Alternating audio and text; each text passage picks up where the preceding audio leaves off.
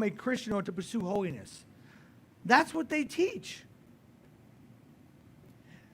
That is completely opposite of what the Bible teaches. They, the people living in sin, will have a more negative impact on the church than the church will have on them. That is just the way it is. Their defilement will spread throughout the whole church and affect all of us. And again, I see this in many churches today. They allow a little leaven. Then the next thing you know, there's more allowed and more allowed.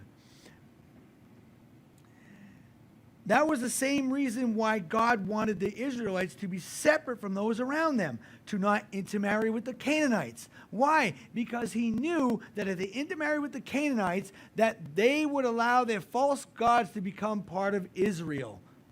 And what happened? Exactly that. They intermarried with the Canaanites, and before you knew it, Israel was worshiping false gods.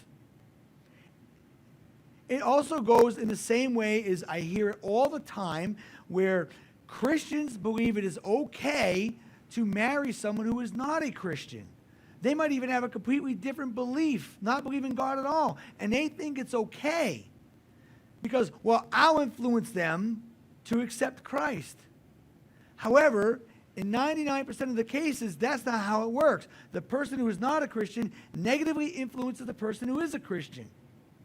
The Bible is very clear on this issue in 1 Corinthians, that the unbeliever should not be yoked with a believer. And yet, so many people through the years, and 9 times out of 10, when that happens, it ends up becoming a horrendous marriage that ends not pleasantly. So there's a reason why all this is. Not that God wants us to be a bunch of holier than thou, super righteous people. That's not how we're to act. The only thing that separates me from a believer from an unbeliever is that I've been washed in the blood. That's it. I'm still a sinner. But the difference is if I'm living in sin, practicing sin, and then coming to church thinking that that's okay with God, well, if I have that attitude, I'm impacting all of you negatively. And you have to understand that.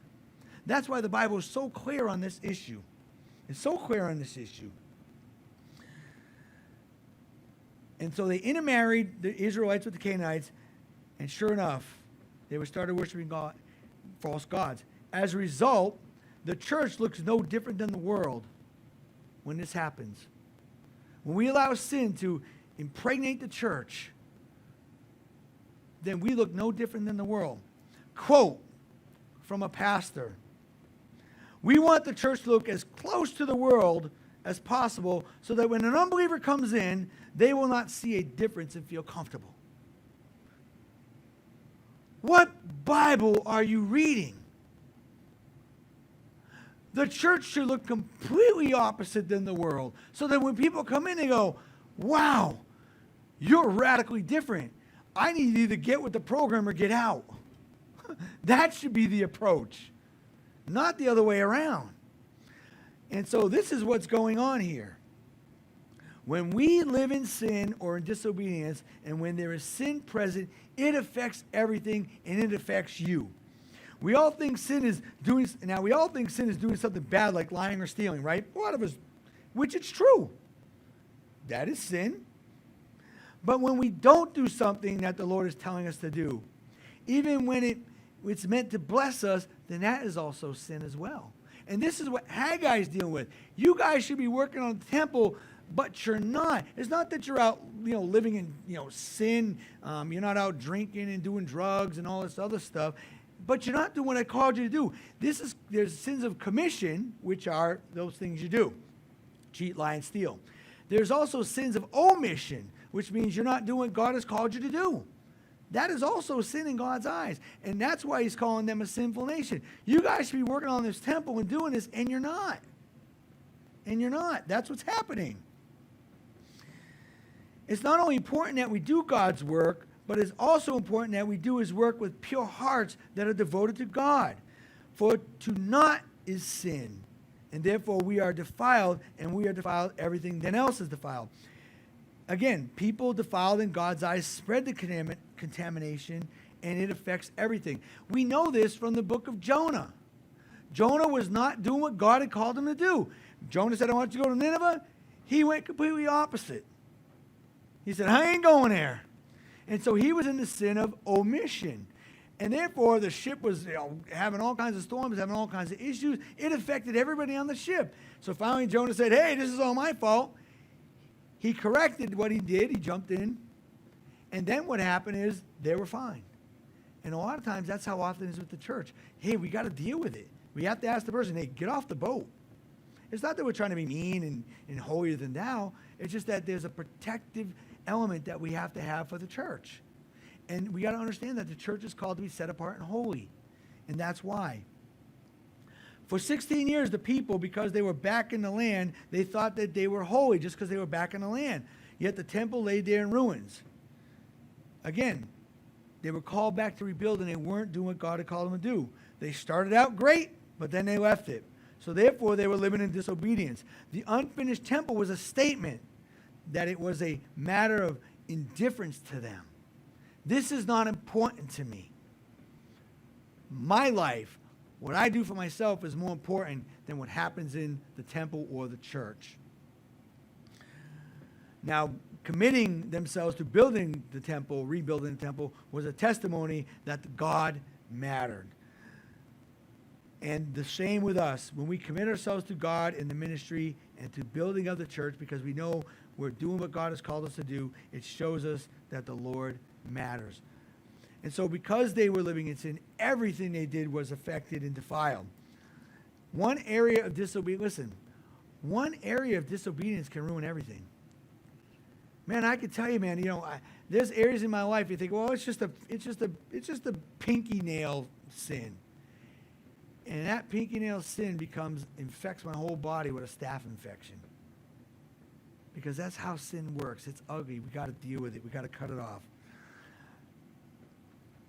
Whether it's doing some ministry that God has called you to do, it could be reaching out to that neighbor, it could be your tithing, it could be running your business in an ungodly manner. It could be a matter of contentment.